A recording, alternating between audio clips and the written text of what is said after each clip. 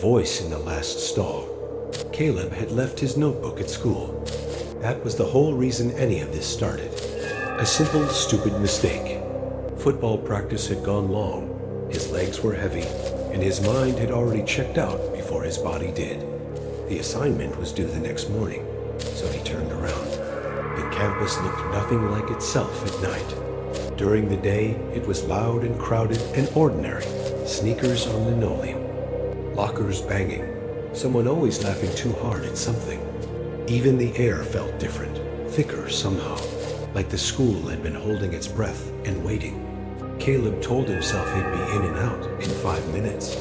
He found the notebook exactly where he'd left it. He tucked it into his bag and turned toward the door. Distant and clear, coming from the boys' restroom at the far end of the hall. He stopped walking. The restroom was completely dark. He could see the shadow under the door from where he stood. No light. No footsteps following the flush. No door opening. Just the sound, and then silence pressing back in. Old pipes, he thought. Old schools made all kinds of noise. He started moving again. Then the crying started.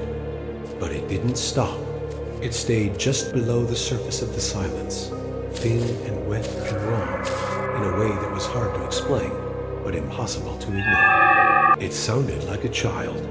It sounded like something that had been crying for a very long time and had forgotten why it started. Every single hair on Caleb's arms rose at once. His feet stopped before he made a decision about it. The restroom door was open an inch. Anyone reasonable would have walked away.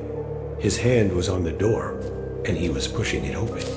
The restroom was dark, except for the very last cubicle at the far end, where a broken bulb buzzed and flickered against the tile. The handwritten sign on that cubicle had been there for months, out of order, do not use, held up by a single strip of tape that had been peeling at the corner for as long as anyone could remember.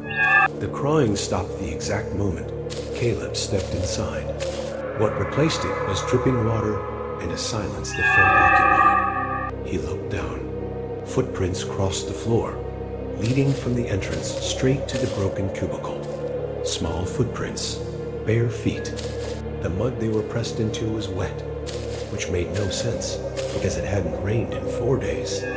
Caleb's hand was shaking when he reached for the cubicle door. He pushed it open slowly, the hinges making a sound that went all the way up his spine. The writing on the wall stopped him cold. It had been done in mud, smeared in large, uneven letters by something with small fingers and a great deal of desperation. 3 years of weathered tile behind it, and the message looked fresh. I was not drowned. The main door of the restroom slammed shut behind him. The sound hit like a wall.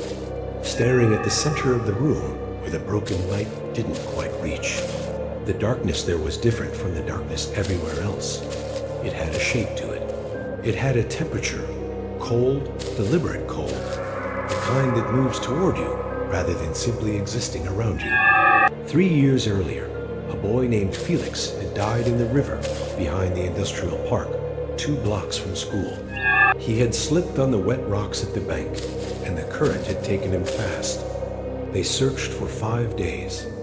They never found the body. The whole school had gone quiet for weeks afterward. There had been a memorial in the gym, a photograph on a folding table, surrounded by paper flowers.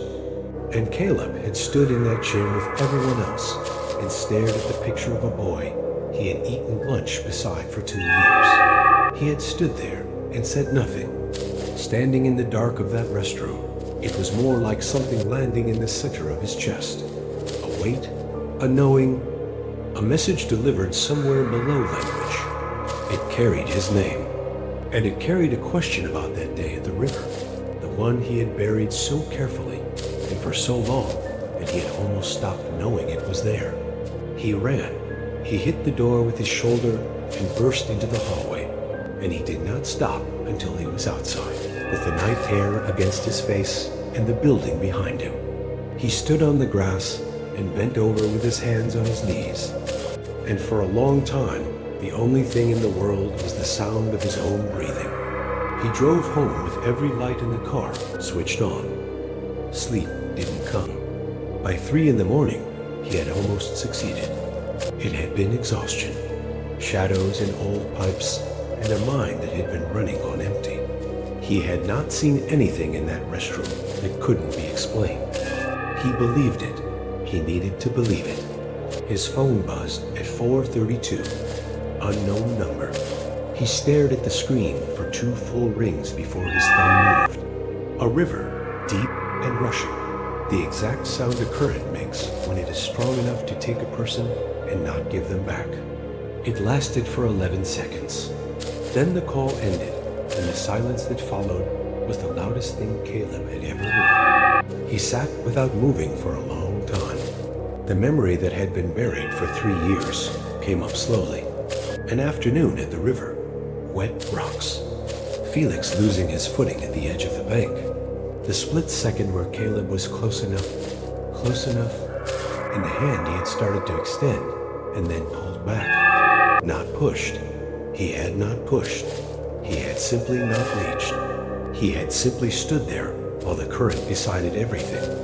And then he had walked home and told no one, and kept telling no one, until the silence became its own kind of story. Clean and without any rough edges. He had not pushed. He told himself that every time it came up, which was less and less as the years passed. His bedroom light went out, and then something else. A cold that arrived all at once. The same cold from the restroom, pressing against the side of his face from a distance of maybe 2 feet. Felix had been in that river for 3 years. Felix had never stopped knowing exactly who was standing on that bank. And now, in a dark bedroom in the middle of the night, with water dripping somewhere it had no business being, the only question left was the one Caleb had been running from since the day he walked home and said nothing. The question with no good answer, no clean edges, no version of the story that let him off the hook. If he had reached out his hand, would any of this have followed him home?